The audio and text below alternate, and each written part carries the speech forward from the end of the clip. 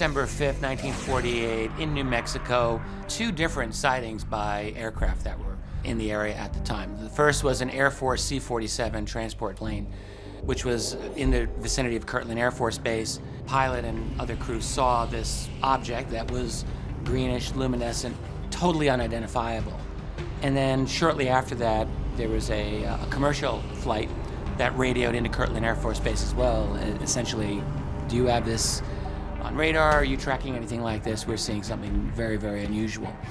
That was the beginning of these so-called green fireballs. And in fact, throughout December of 1948, more than half of the remaining days in the year had sightings of these fireballs.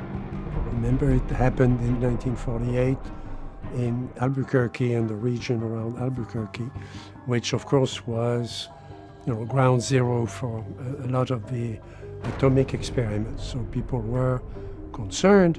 One of the first questions that people were asking is, are the Russians doing this? And a lot of scientists, the scientists themselves who were charged with studying it, were often witnesses of it, and a lot of military personnel were certainly witnesses to this phenomenon. But the reality is that there's no evidence that the Russians had anything to do with these so-called green fireballs, and no one was able to find out what these things were. There were theories that these were meteors of some sort.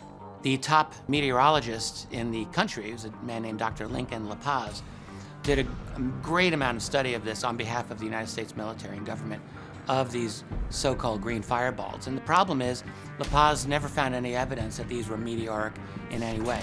There's no impact sites that were ever found. There was no other evidence, anything to come to show that these were meteorites. So that was a problem. Dr. Hynek knew Dr. La Paz and respected him, and that was something that we discussed, but there was no obvious explanation, and it didn't continue after 1948. So the question is still open.